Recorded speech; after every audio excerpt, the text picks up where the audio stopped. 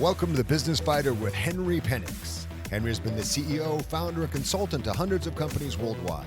He retired a multimillionaire, financially independent at the age of 35. Henry grew up a preacher's son and was thrown in jail 3 times for various altercations. He knows what it means to come from nothing and have to fight his way to the top.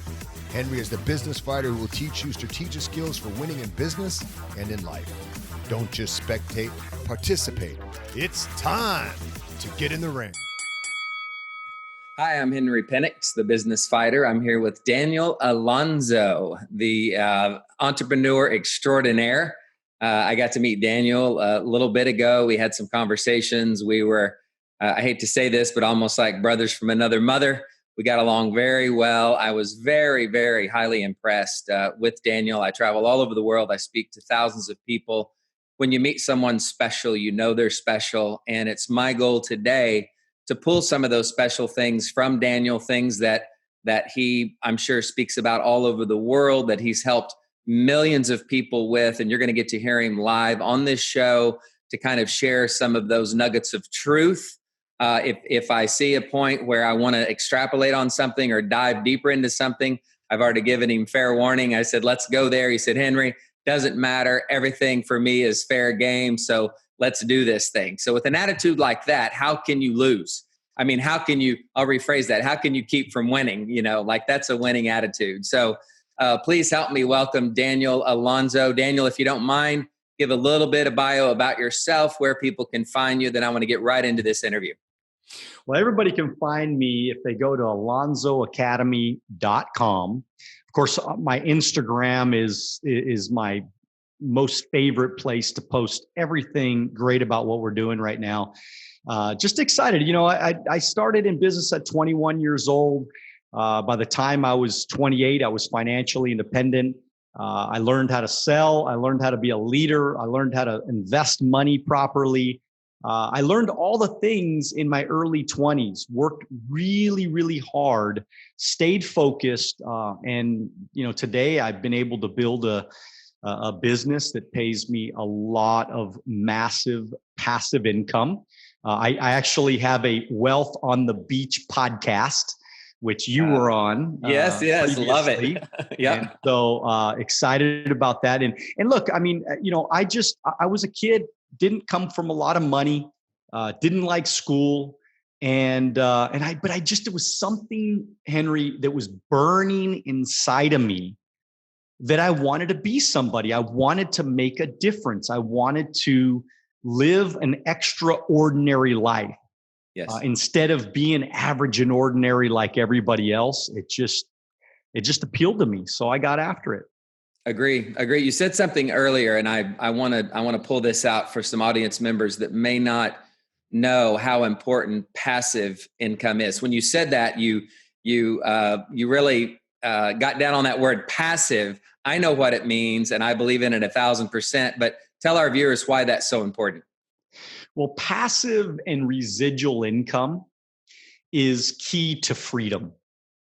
And I made a decision at 21 that I was going to put in 5 really, really hard years. Now, it ended up being about 7 or 8, but it was a period of time that I said I wanted to put in a massive amount of effort, so I could build something, assets. I have real estate.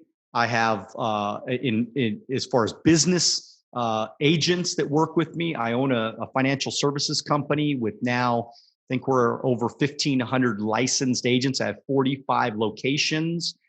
But the great part about it is I don't have to manage all those locations. I don't have to see all these people. Matter of fact, I have locations. I have a location we just opened up not too long ago up in Stockton that I have never been there.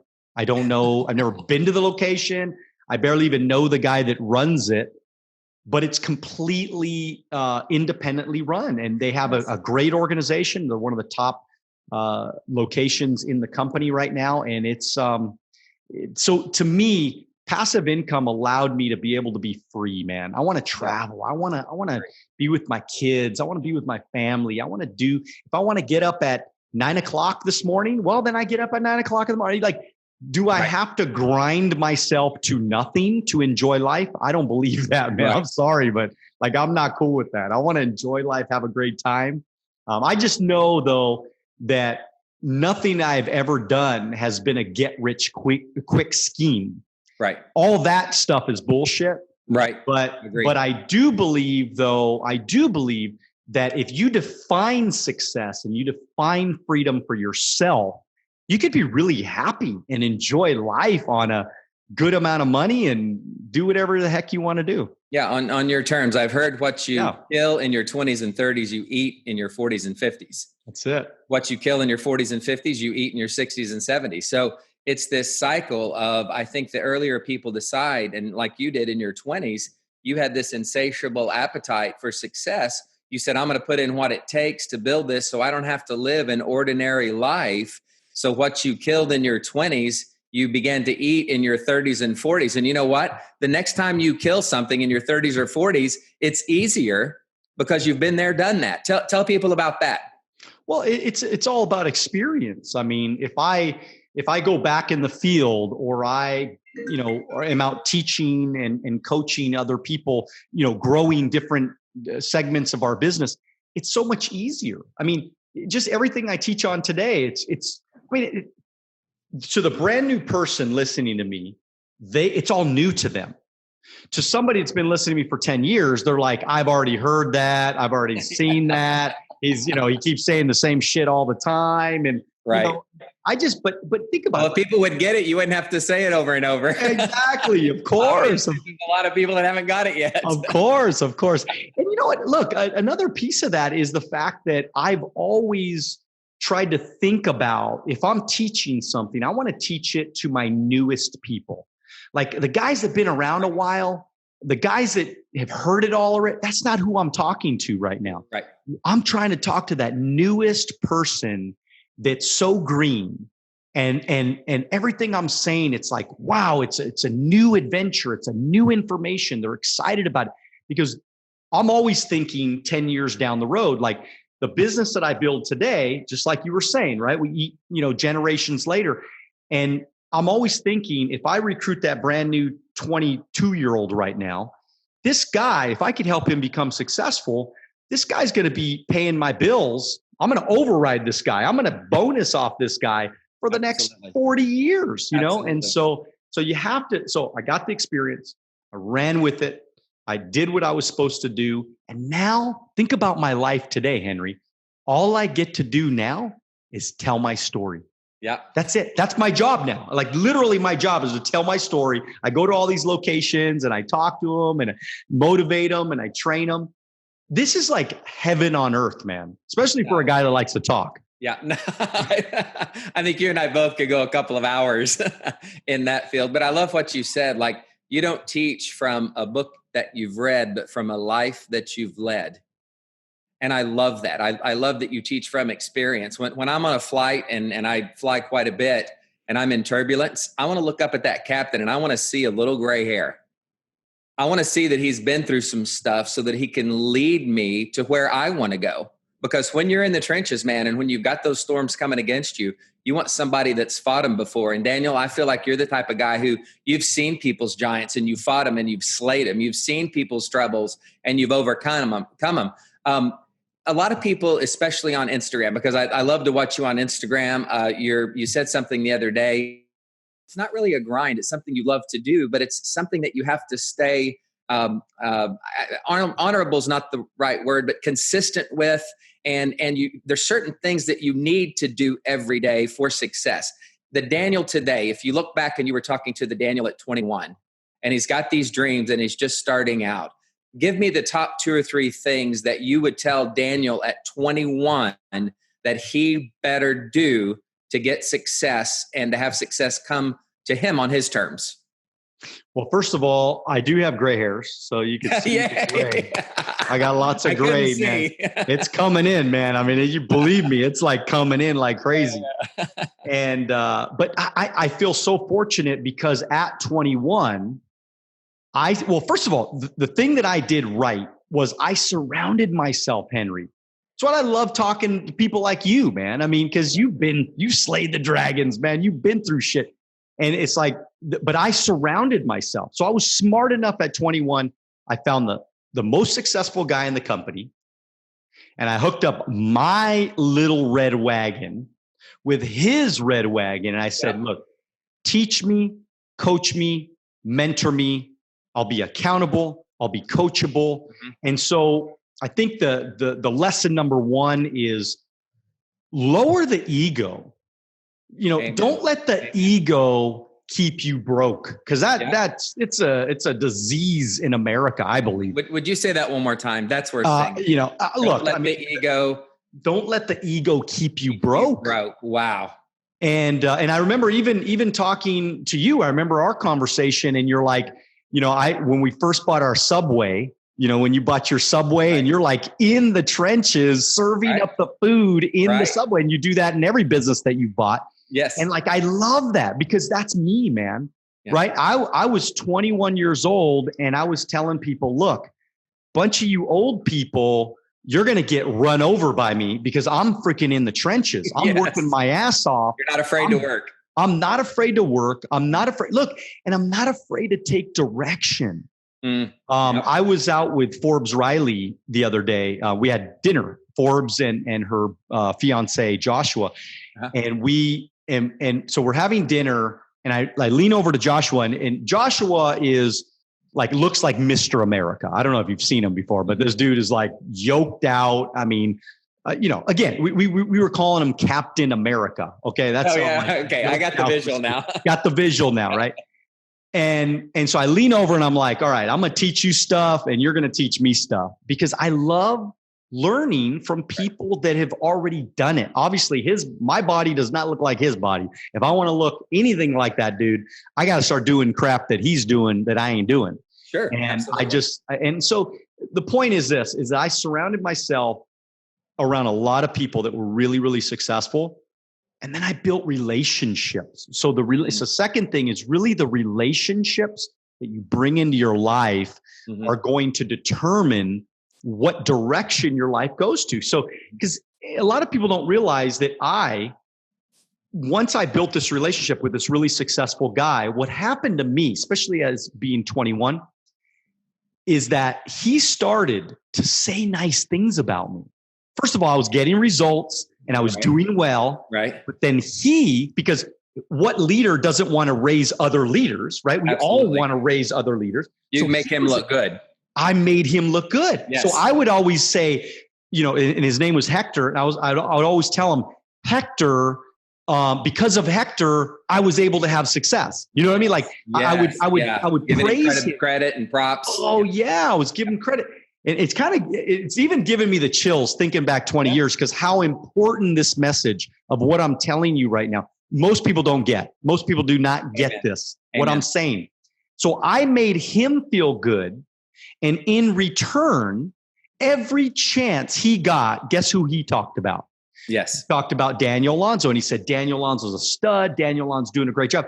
So what happened is that the people on my team that I was trying to build credibility, especially at 21, it was so hard because nobody really wants to listen to you, because I didn't have the gray hair and nobody. The new guy. Yeah. You're cocky, you're young, you're the new guy. Yeah. I'm just trying to get this thing going, and so a lot of my teammates, they started to go, oh my God, if Hector is saying Daniel's a superstar, then maybe we might want to start listening to Daniel. Yep. And start doing what he's asking us to go do. Yep. And of course, when that happened, forget about it, man. I mean, it was life-changing for me. My business exploded. I mean, we went from, I just started figuring it out. I made $50,000. I remember I was probably 22 or 23 or something like that. And then we made $100,000 the next year, and then went to 170. And I'm like barely living at my mom's house. I'm still living at home. That's like millions. Yeah. I mean, it's like, I'm saving like 70% of my income. And again, I learned from all these people, save your money, invest wisely, all this stuff. So instead of me going and buying the big cars and going and buying I just saved and saved and saved. The next year I made 250. The next year I made 350. The next year I almost made $500,000. And I'm like, 27, 28 years old by this time. Gosh. I had saved, because this was some good investment years. I mean, that was years that I made 100% return on my money. Sure. I mean, I was making, some really, really good investments and good moves. And I woke up 28, got $1 million, and I'm going, oh my God, this is like I'm talking cash, man. This wasn't right. worth 30 days. This was like, and then we ended up buying a house, but we didn't buy $1 million home. We bought a $400,000 home, and we lived good. We lived there for a long time. And today we have the life that we have because we did the things that we were supposed to do, but then we did them right. Yeah, no, I believe that. I'm with you 1,000%. This is Henry, the business fighter. We're with Daniel Alonzo, kicking ass and taking names. If you ask my opinion of this interview so far, he's dropped some nuggets that will change your life. Put the ego down. You lead by serving others. Don't be afraid to give others credibility. Approach life with a team effort. It's not you. It's not I. It's not I all the time, and really never live above your means. Always save. He's dropped some nuggets here, guys, that if you listen to and rewind this interview and listen to again and again and again, just those tenets alone will change your life forever. Daniel, I'm loving this, and I want to hear more. Like I said, I feel like I could make this forever. We've got about 10, 12 more minutes. I want to hear more. Should people settle where they are today, or should they move forward and reach for more in their life? So a lot of people come to me and they say, Henry, I'm afraid to do anything else. I feel like maybe I'm a little too old. I feel like that ship has already sailed. Daniel has started off. He was 21, 28. He kicked ass when he was young, but I'm 48 and I still haven't got there. Is it too late for me to start? Daniel, go. Well, that's a great question. And this is a great question because I believe that progress equals happiness. So the reason why I saved $1 million by 28 was because that was my goal, is to be financially independent by the time I was 30. I wanted to retire, man. I was like, I wanted to retire because I bought into that dream. Like, that was your vision. Really successful guys are like, hey man, if you bust it for the next 5 years, you're going to be able to take the rest of your life off if that's what you want. Yeah. And I said, I'm in.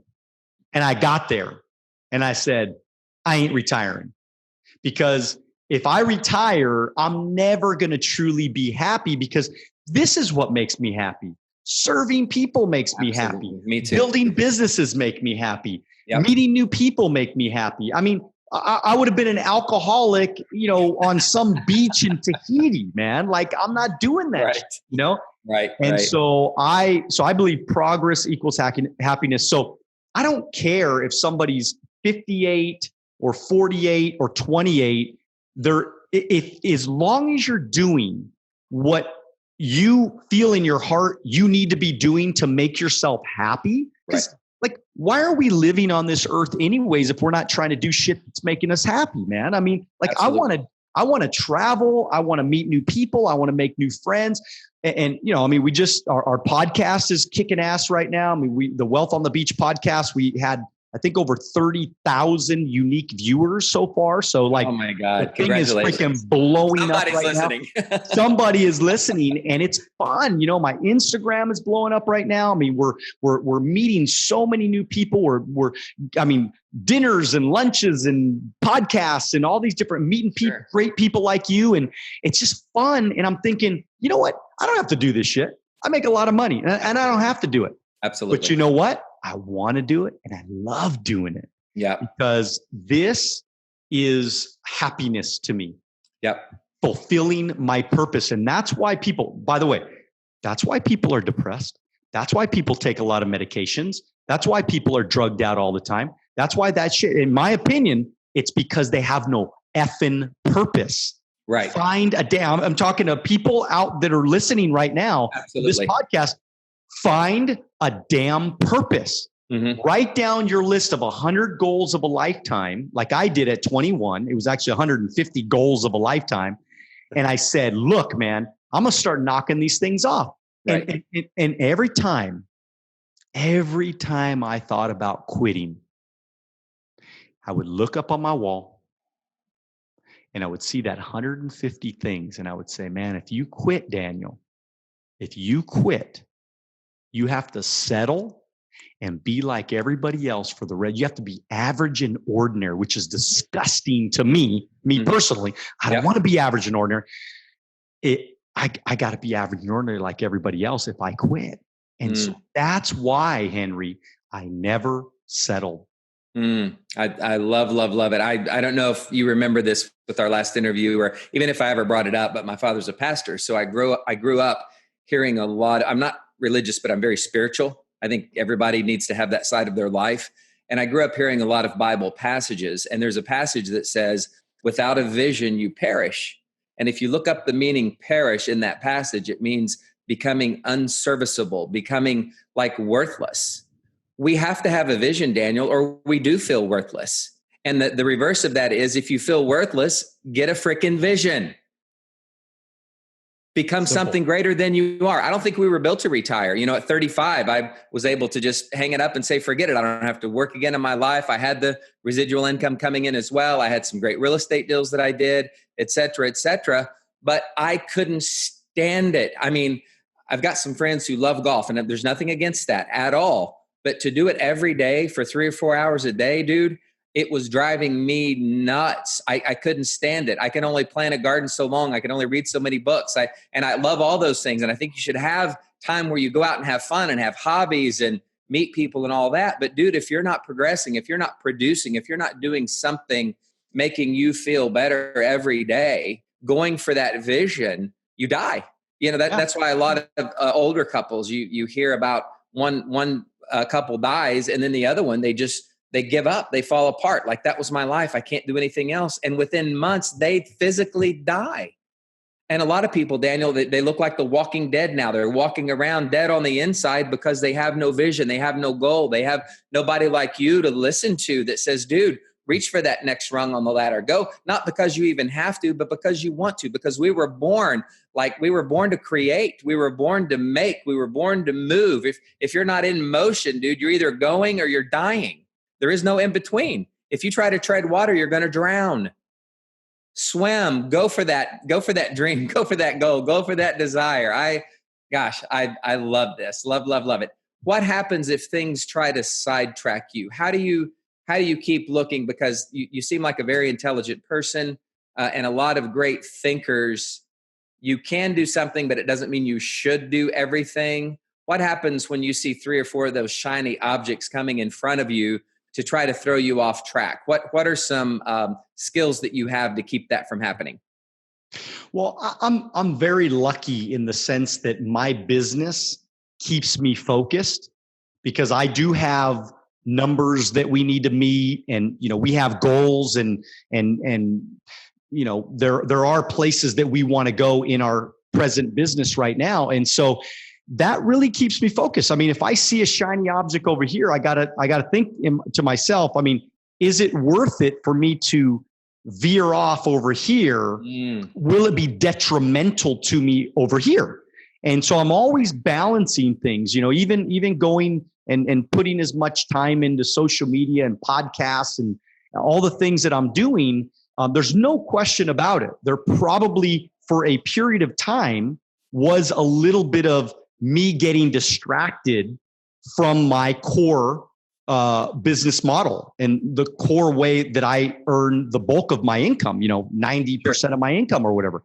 Sure. And so I'm always trying to balance it out, making sure I'm taking care of, number one, home. And then if I see that shiny object and I believe that it's going to, now what's happened to me, the end result is the fact that, because sometimes in the beginning, things don't work out and they don't look like you want it to look, Right, exactly.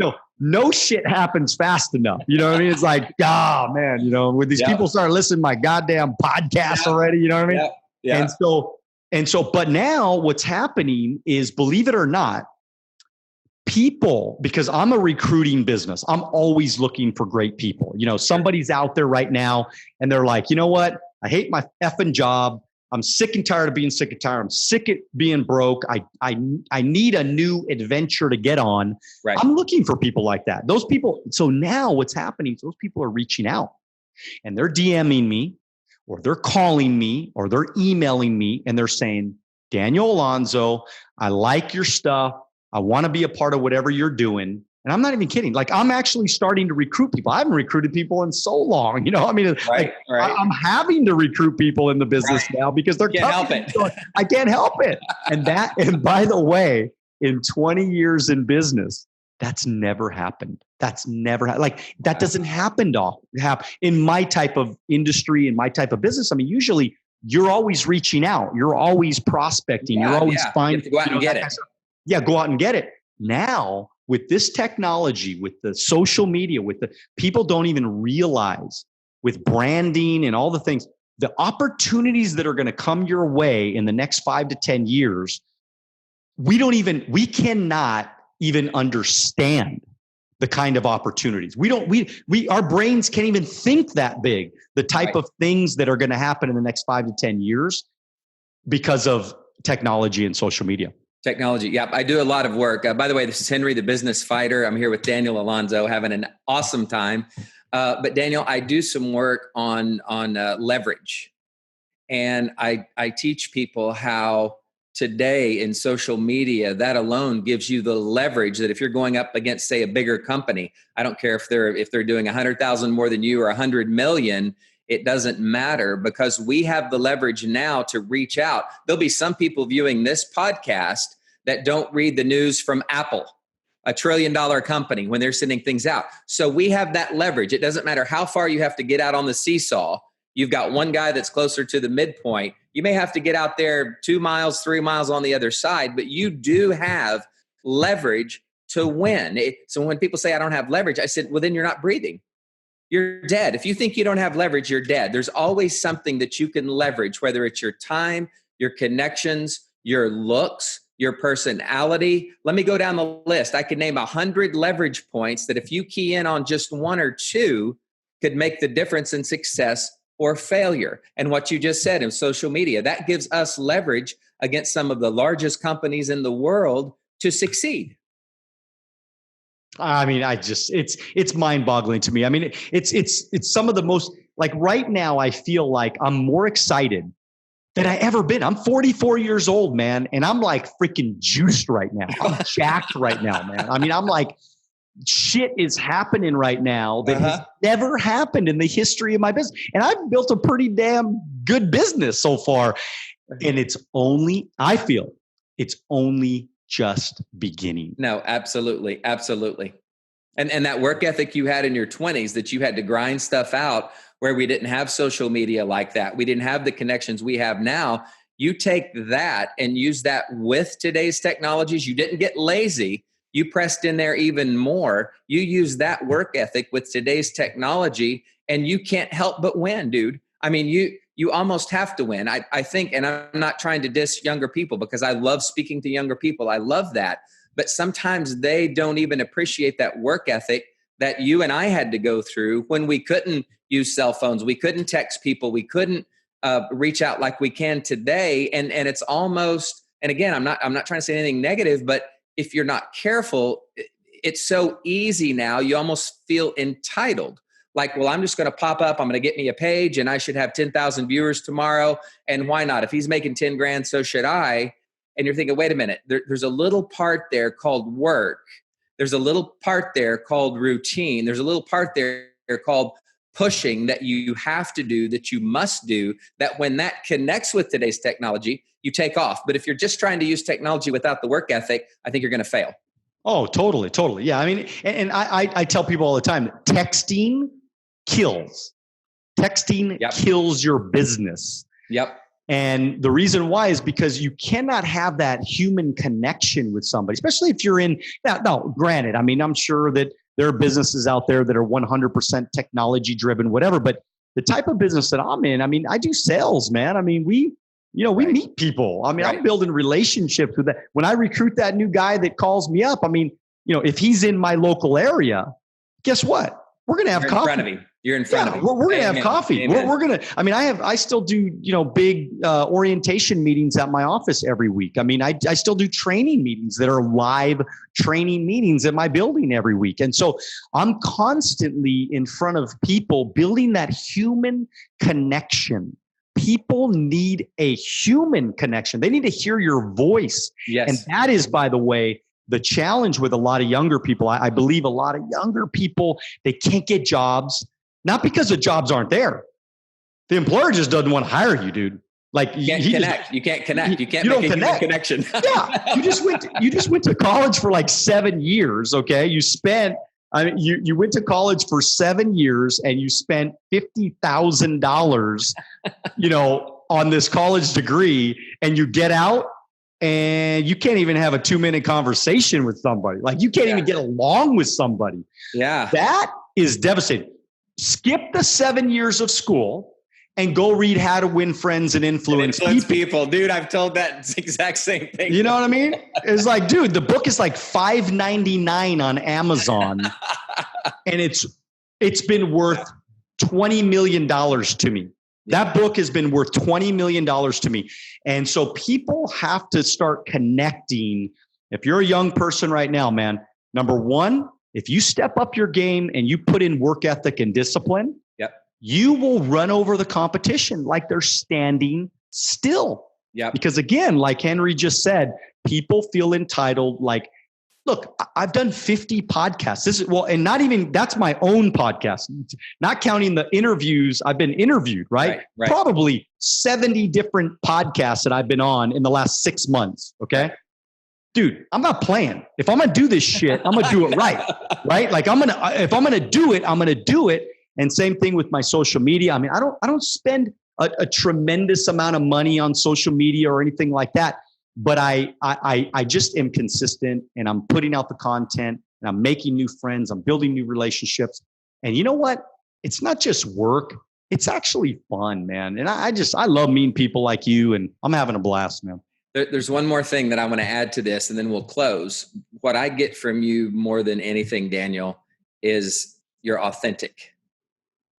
And I see it in your eyes. I see it in your body movement. I see it in your gestures. I've spoke with people all over the world. I've been in front of audiences of 20,000 or more. I don't know if you remember the old guys like Zig Ziglar and those guys. My first professional speaking engagement, I followed Zig Ziglar in Hawaii. And I got up in the auditorium, and he knocked him alive. He never said knock him dead. He always told me, Henry, go out there and knock him alive. He was the same guy on camera, off camera, all that. But I remember when I was standing up, my legs were shaking so hard. All I could say to myself was, don't pass out. Don't pass out. Don't pass out. Because you can't, it was like following God, on this thing. But I learned to connect with people. I learned to talk to people. I've been in different countries. I have my books published in different languages, et cetera, et cetera. All people are basically the same. They all want connection. They all want to be loved. You can't BS people if you're not authentic, especially today. They'll pick up on it in seconds, not even minutes or days, but in seconds. But Daniel, if you are like you are, and you know how to get in a room with somebody, and you know how to read the body language and look at their eyes and not be afraid to address them and give them credit where credit's due, and just being a person, treating others like you want to be treated, the world is literally yours. And I'm so happy that what you've been talking about today, that I've taught on a little bit, I've experienced a lot in my life. And I believe if we continue to go down that path, success has to be ours. One last question, just really, really quick, and we'll end this. What is one of, and I used to say what was the most, but what was one of the most impactful decisions that you've ever made in your life? Easy. Me deciding that I was going to master my craft so that I could build a business, so that I can become free. And so I can be with my family and take care of my kids and take care of my health and live in a great neighborhood and be able to, do the things that I want to do to give me freedom, choices, and options. There's no question about it. It was because I mastered my craft. You made that decision, and you had enough whys backing that decision to push you in that direction. So if you felt like not getting out of bed, if if you thought, well, I'll just miss this meeting. No, that's not going to happen because of all these whys. You just told me freedom, my family, my own schedule. Get your why right and the how will come. Totally. That's awesome. Well, good. All right. Well, this is Henry, the business fighter. Daniel, tell us one more time how we can connect with you, and then we'll bring this to an end. At Daniel Alonzo, Instagram. Check me out on Instagram. I'm on Facebook. Of course, if you go to the link in my bio in Instagram, it'll take you to Wealth on the Beach Club. I actually have a beach club that every week for 1 hour, I do a lesson and a Q&A every single week on Wednesday morning, 9 a.m. Pacific Standard Time. You could check that out. Any of that information, my whole story on alonzoacademy.com as well. Of course, my YouTube channel is incredible. Lots of really cool free content on there. So check me out. I'd love to reach out. And by the way, I talk to everybody, man. So if you DM me, 99.999% chance I'm getting back to you unless I just miss it somehow. But I get back with everybody on my DMs, and I love meeting new people. And so if you want to reach out, I'd love to have a conversation with you. Yeah, I can tell that. I could tell that the first time I met you, Daniel. This has been such a pleasure. I'm Henry, the business fighter. You've been listening to our podcast.